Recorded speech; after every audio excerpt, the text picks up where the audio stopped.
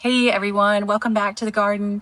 Today we're talking all about growing tomatoes in raised beds or containers here in South Zone 9B. And if you've ever had your tomatoes look amazing in spring and then suddenly start struggling once the humidity and the heat really kick in, you're definitely not alone. Raised beds are great because they drain well and they warm up quickly, but in our zone and climate, they tend to also dry out quickly. So that means tomatoes can go from content to stress pretty fast. So today we're going to go over the basics of growing tomatoes so you can grow your own at home in any space, no matter how big or how small. So let's dive in.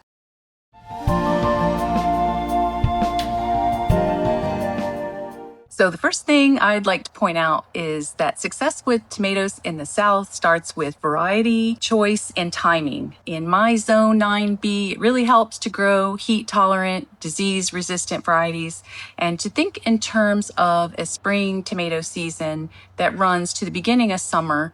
And if your timing works out, a fall tomato season possibly too. So many gardeners try to push tomatoes straight through into the peak of summer, and you may be able to keep plants alive. Production often comes to a crawl though, and when the temperatures stay high, especially at night, not so much success. Now let's talk about watering, because this is one of the biggest issues with raised bed or container tomatoes like the ones I have here in back of me.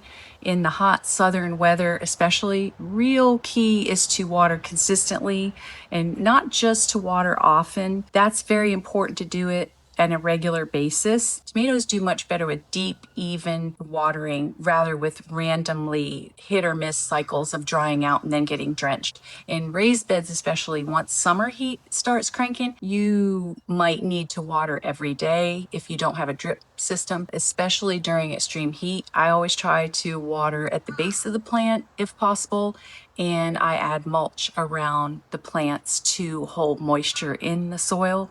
It also keeps your roots cooler and reduces the splash from the soil when you are watering or if it rains, that type of thing. Fertilizing is another area where it really helps to stay consistent and steady, but don't overdo it. Tomatoes are very heavy feeders, but if you give them too much nitrogen, you can end up with huge leafy plants that are out of control and not a lot of fruit. So I normally like to start with compost in the bed using a balanced granular fertilizer at planting, and then every 3 to 4 weeks sprinkle a little more and scratch it into the soil.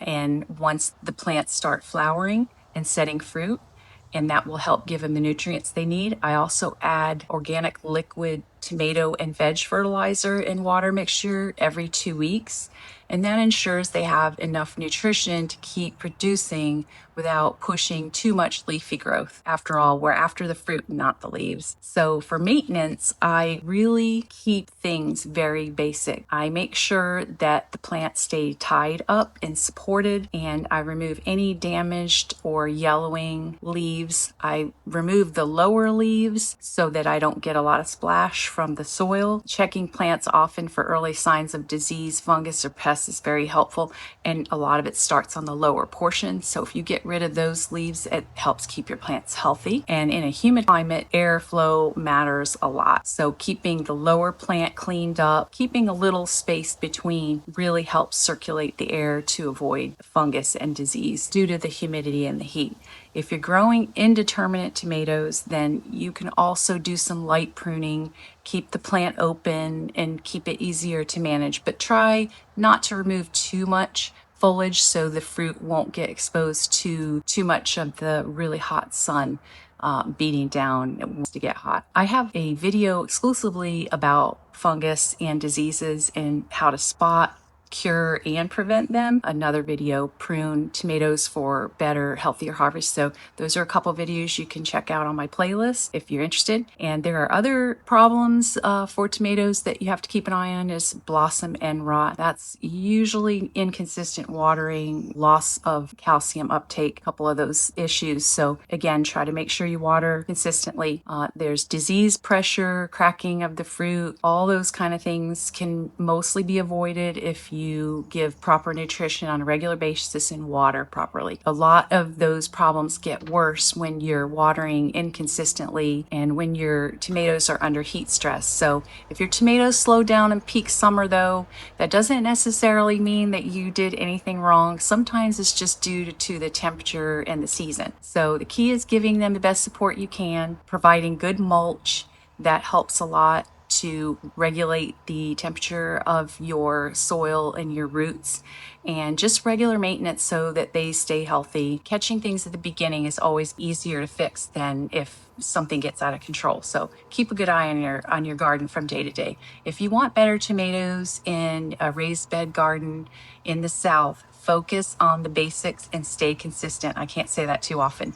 Choose good varieties, do your research that are good for your zone and your area.